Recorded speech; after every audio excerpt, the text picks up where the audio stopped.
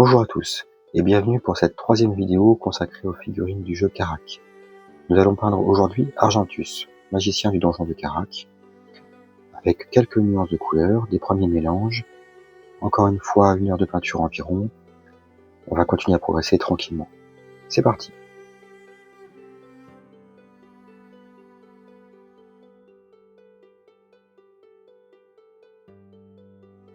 Comme pour Victorius, on va commencer avec la couleur chair,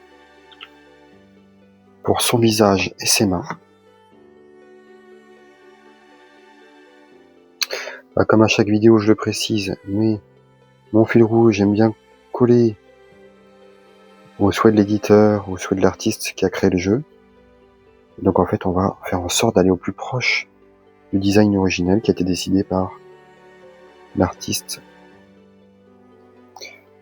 Pour ça, vous pouvez vous baser à la fois sur les standees qui sont livrés dans la boîte, les petites figurines en carton que vous avez de base sont les figurines, ou les cartes de jeu.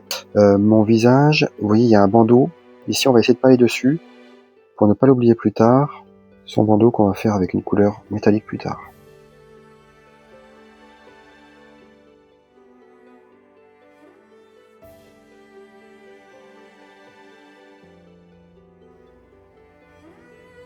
Et donc sous le bandeau il y a quand même le haut du crâne.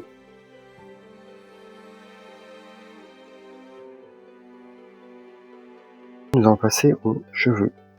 Ils sont blancs. Moi je vais essayer de les faire blancs avec une pointe de noir pour les assombrir un petit peu, pour pas faire trop blanc pur.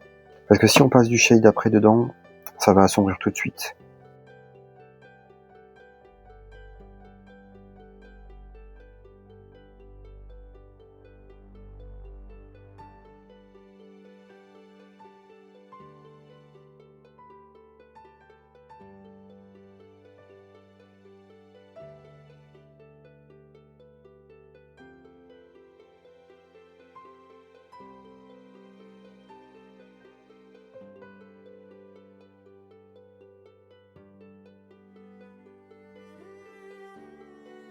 N'hésitez pas à nettoyer régulièrement votre pinceau pour être sûr que la peinture ne sèche pas dessus et pouvoir faire les détails au plus fin.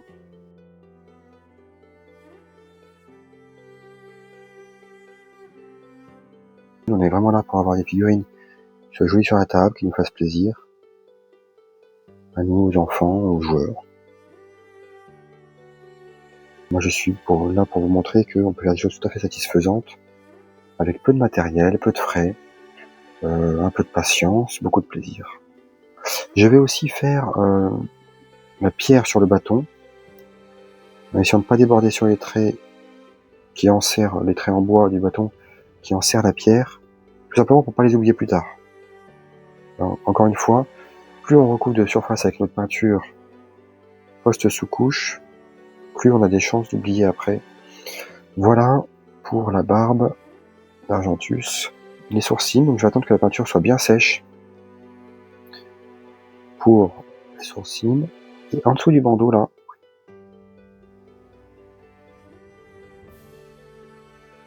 pour la robe, je vais utiliser une base de blanc avec du jaune.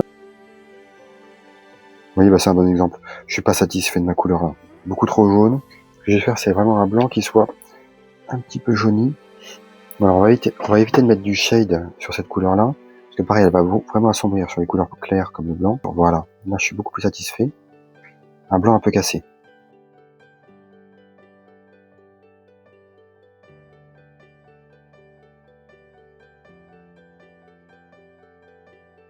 Donc c'est notre premier mélange avec Argentus, comme je le disais en introduction, avec ce blanc cassé, très simple à faire.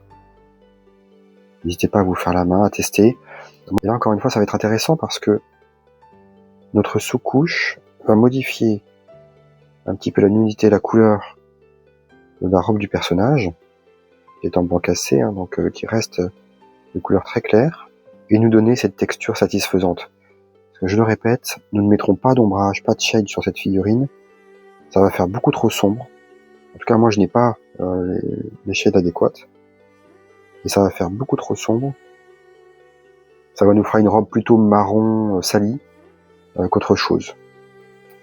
Prenez garde aussi à la ceinture ici.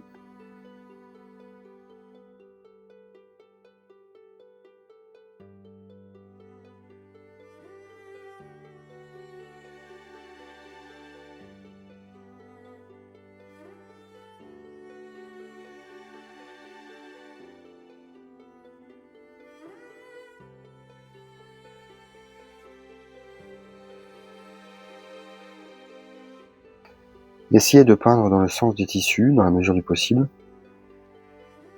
Comme ça, vos coups de pinceau se remarqueront moins aussi, surtout sur ces couleurs claires. Et on gardera l'aspect plutôt texture. Nos coups de pinceau qui pourraient se voir au séchage ne dénatureront pas ce que vous avez voulu faire avec la figurine. Là, on va essayer de pas aller sur les bottes, qui seront peintes par la suite.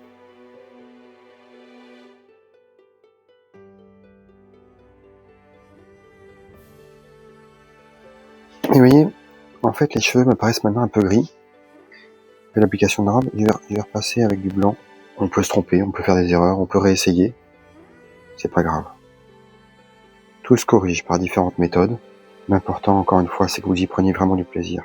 Et la très fine couche de blanc va faire que, c'est pas grave, le gris qui était en fond va un petit peu rester, et va pas donner des cheveux blancs purs qui seraient peut-être un peu trop blancs.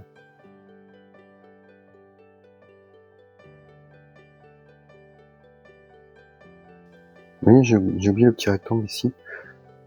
À force de me concentrer sur ne pas peindre le fourreau, je vais utiliser le même marron, ma couleur de base, pour les chausses, le bâton et la ceinture. Mes couleurs sont assez éloignées les unes des autres, donc c'est moins gênant que si on avait une dominante de marron sur l'ensemble de la figurine.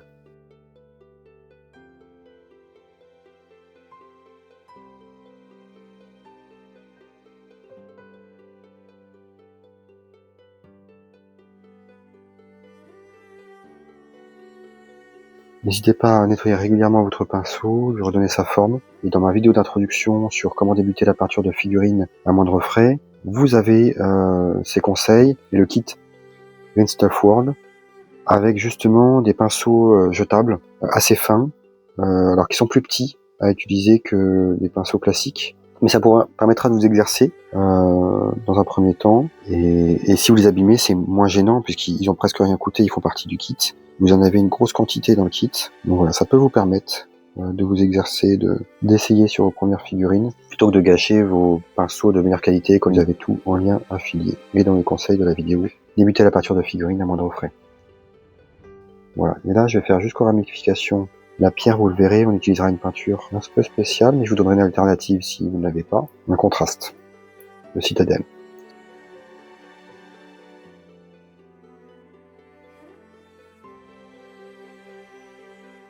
Oui, pour les boîtes et le ceinturon de couleur cuir, vous pourriez les faire un peu plus clairs, mélanger un petit peu de blanc avec le marron.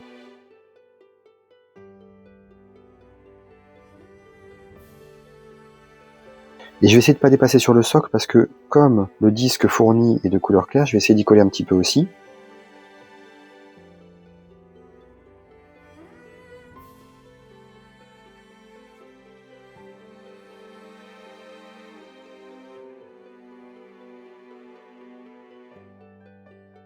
On va passer au ceinturon.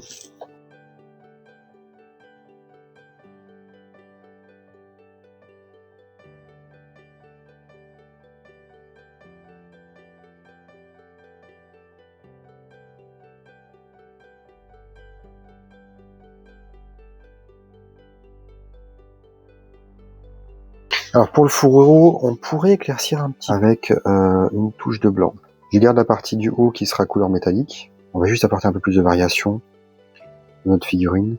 Il y a différents tons de couleurs.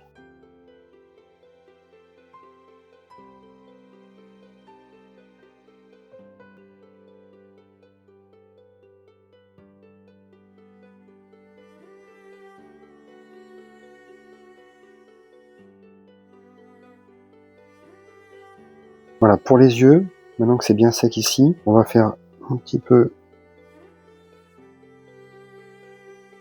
Vous n'êtes pas obligé de faire ces étapes-là. Si vous ne le sentez pas, ça restera très bien sans.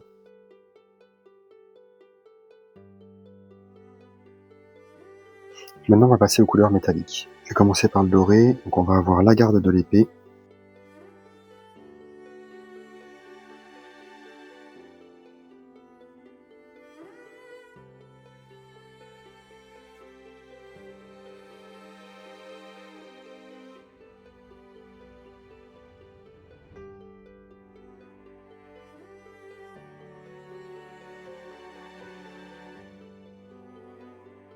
On a le collier.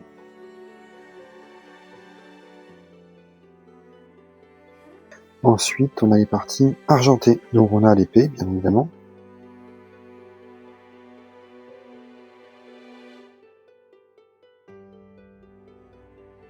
Ensuite, nous avons le fourreau, avec les parties métalliques ici.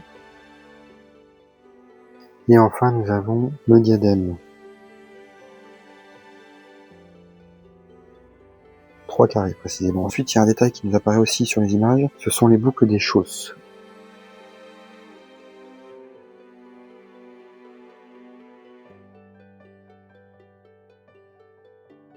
Et en regardant à nouveau l'image, je vois qu'il y a un petit détail qui me plaît aussi qu'on peut ajouter, c'est la boucle du ceinturon. Maintenant, nous allons passer au shade.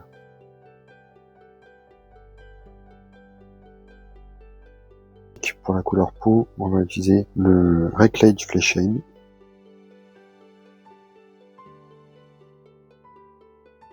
Et là, on va faire attention de bien mettre juste sur le visage et surtout pas sur la barbe. Ben voilà, j'ai dépassé sur les cheveux. Bon, et bien comme moi, vous pouvez avec un sopalin, hop, aller chercher la touche qui a débordé et puis remettre tout simplement un petit peu de blanc à cet endroit-là. Ensuite, comme je le disais, je vais pas mettre d'ombre, de shade sur les vêtements parce que ça va l'assombrir. C'est pas du tout ce que je veux. La sous-couche a donné une texture de vêtements satisfaisante avec la transparence du blanc cassé. On va juste utiliser la Grax pour le bâton,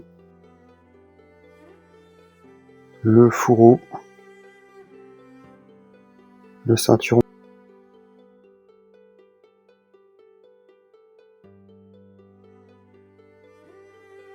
Sur les chausses.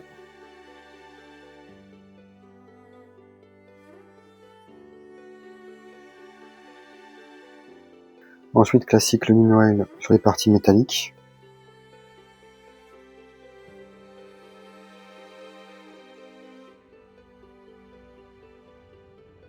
Et enfin, avant de passer au socle, je vais vous en parler, la thématique Blue. Alors celui-là, je l'avais acheté initialement pour faire des spectres, et il est très sympa pour certains effets, notamment là, vous allez voir, pour la pierre bleutée qu'on a peint en blanc-gris un peu auparavant.